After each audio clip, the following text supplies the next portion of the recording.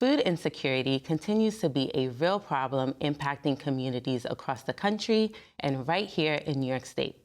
Last year, about 3 million households in New York were enrolled in the SNAP benefit program. Buffalo, Rochester, and Syracuse also have some of the largest amount of households receiving SNAP benefits in the country. During the COVID-19 pandemic, SNAP benefits were increased to help with the financial hardship brought on by the pandemic. But those added benefits have expired and are not slated to be renewed at this time. That reality, mixed with rising inflation, has resulted in calls for state action. To find out more about how the state can help, I spoke with Assembly Member Jessica González-Rojas. Thank you so much for being here today, Assembly Member. Thank you, Chantel, for having me. Of course, absolutely. So your bill, if passed, would implement a state SNAP benefit program that would provide, additional benefits that would run in conjunction with the federal SNAP program and really be the difference between the federal dollars and $95. So, can you explain the logistics of implementing such an important program on the state level? Well, first off, thanks for talking about this subject. We just came out of Hunger Action Month in September, so it's really important that we continue to address hunger insecurity in this state and this country. So recently, the comptroller came out with a report that said that hunger was on the rise. About 1 in 10 families struggle with hunger at some point in their lives. And it is really critical to address this issue and look for ways to be creative and to ensure that we're supplementing people's livelihoods with additional resources. Right now, the federal SNAP benefit minimum is $23. You could do very little with $23 in this day and age. A dozen eggs cost like about $6 right now. So it is really critical that we ensure that the SNAP program is actually meeting the needs of families to ensure that we are able to thrive in this state. The governor said that we should have a more livable, affordable, and safer state, and this contributes to addressing food insecurity, contributes to that. And how much would this program cost the state? So what the program would do is look at the minimum federal benefit, which, again, the very minimum is $23, and would ensure that we're providing at least $95. I actually will be amending the bill to make it about $100 even, that's great news. Because New Jersey just passed this bill and currently has it at 95. So we have to be better than New Jersey. But we would create essentially a program that's funded by the state to make up that difference, whatever that difference is, so that every person, every household is at least getting $100 a month in federal SNAP benefits. The costs are yet to be determined. In New Jersey, it's about $38 million. But certainly we have to look at the people enrolled in our state. So we're waiting on the fiscal. But what's promising is that also the comptroller came out with some anticipated revenues that were higher than what the Department of Budget put out. So there's some promising feedback in terms of revenue, but essentially it would come out of the budget, which is a moral document. So this is critical. And is there any wiggle room to have the benefit even higher? More than $100? Like, where did $100 come from? Well, I think, again, we were inspired by what happened in New Jersey. It passed. It's in effect. And again, we know that $23 is not enough to help any family. So we really want to get to over the New Jersey amount. But certainly, I would love to continue to look at the way that SNAP is administered. We have an opportunity with the Farm Bill. Right now, the Farm Bill is being negotiated, so there's potential at the federal level that things might be adjusted, but I'm not holding out hope for the federal government right now. And I feel like in New York, we have to do what we can to make sure that our families are fed. It's good for getting folks out of poverty, and it's good for the economy. As you mentioned, the comptroller came out with a report that really underscored how much, food insecurity is impacting the state. And, it seems like it definitely isn't a new issue, right? It's been happening for some years, especially during the COVID-19 pandemic and in the years that followed. So why is it that this would potentially, with your bill, be the first time that the state is implementing a program to this magnitude? Yeah, we've long struggled with hunger in this state, and COVID-19 highlighted how how folks were suffering. I represent a district that includes the neighborhoods of Jackson Heights, East Elmhurst, Corona, Woodside, Astoria, the epicenter of the pandemic. Right. And I volunteered at food pantries, and I saw the lines that were wrapped around blocks and how it directly impacted families who were desperately in need for food. So as an issue, it's so critical for me to fight to make sure that our families and communities are well fed.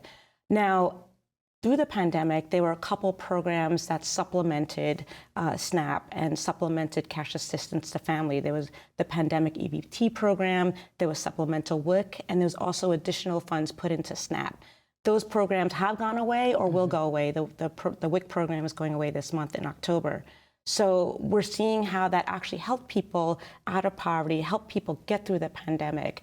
And now that the funding is going away, we really want to make sure that we can keep people afloat and be able to make sure that, again, families are fed. There's some important statistics regarding SNAP. It's one of the most effective programs to address poverty and food insecurity. For every dollar that someone spends using SNAP, there's about 61 to 81 additional cents that go back into the local economy. And for every meal that's provided by a food pantry, you can buy 12 meals through the SNAP program. Mm-hmm. So it makes fiscal sense to provide this additional support to make sure, again, families are fed. It's not just a health issue, it's also an economic justice issue. And it's really important for our city and state to have folks be able to buy the nutritious food for themselves and their families in ways that are culturally competent and in ways they can make the choices for themselves. Mm-hmm. So it's a really exciting opportunity for us to do it.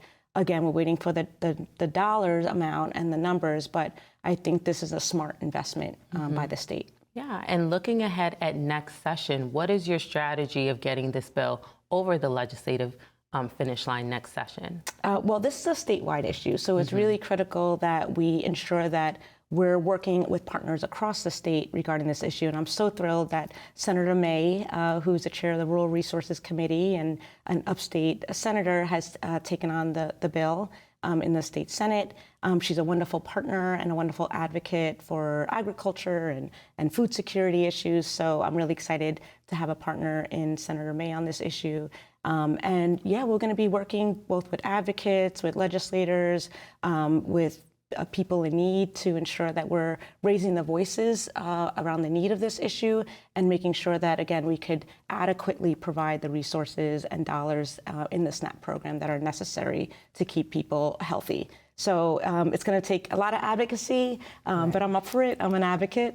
So I'm really excited to work across partners across the state and the organizations that work on the ground to make sure our families are fed. Yeah, and in terms of support of the bill, what are your conversations like with Assembly Speaker Carl Hastie and, the Senate Majority Leader about bringing the bill to the floor? Well, we're now out of session, right. So we're doing what we can to start building co-sponsors for the bill. Again, I'm really thrilled that we have a Senate sponsor.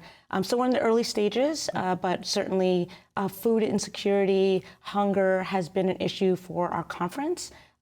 We just passed a major investment in universal school meals, not fully universal as I hope, but we have expanded universal breakfast and lunch for children, about 81% of children across the state. It's a historic investment and one solution to addressing the food crisis here in New York. We also have abundant farms, and this is a really great opportunity to make sure that we're working with our farmers as well. And there's a lot of priorities and investment in those in the farmers to make sure that we take care of the breadbasket of America, which is New York, which was something I learned in this role. So there's a lot of win-win here and a lot of areas that have been a priority for our conference. So again, it's really about building up the conversation on this issue, building up support and sponsorships, and working with the advocates to make sure that the voices of the communities that are in need are central in this conversation as well. Yeah, and I know you're going to try very hard to get the bill over the legislative finish line, but can you talk to me about the impact on, the state's issue with food insecurity if the bill does not get passed? Well, if the bill does not get passed, we're going to keep fighting. Right now, people have to make decisions if they're given the minimum SNAP benefit. That is very little to survive on a month. Again, $23. It's going to be very difficult, and people have may do. But again, we want to make sure that we're investing in the health and well-being of our communities. Again, it lifts folks out of poverty. It help them stay in their homes, be able to work and excel academically. So food is so connected to the other parts of our lives. So we have to do what we can as a state to ensure that people have access to enough quality food and nutritious food to keep them engaged in the workforce and keep their families here in New York. So this is going to be an ongoing fight, and I'm really up for it. Yeah. And in terms of negotiations on this bill, are there any concessions that you're kind of mulling over that you might consider to get it overpassed?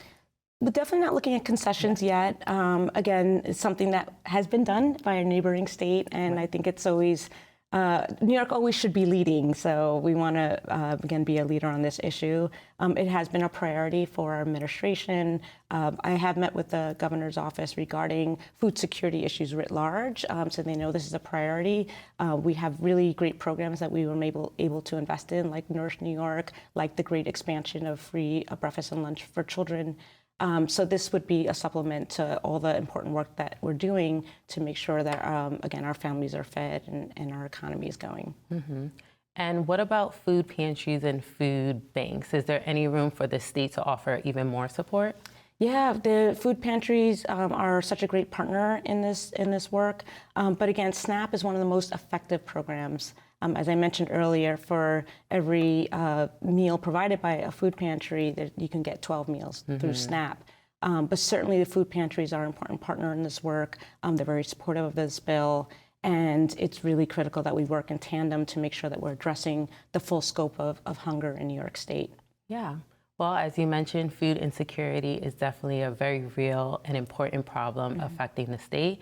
And we know that you're going to continue to do the work here in Albany to, continue to push forward and potentially have the bill passed. So we would, of course, love to welcome you back on the show next session. Thank you so much for having me. Thank you so much for being here. Thank you. And that was Assembly Member Jessica González-Rojas. And we'll give you updates on the progress of the bill here on the show and on our website. That's at nynow.org.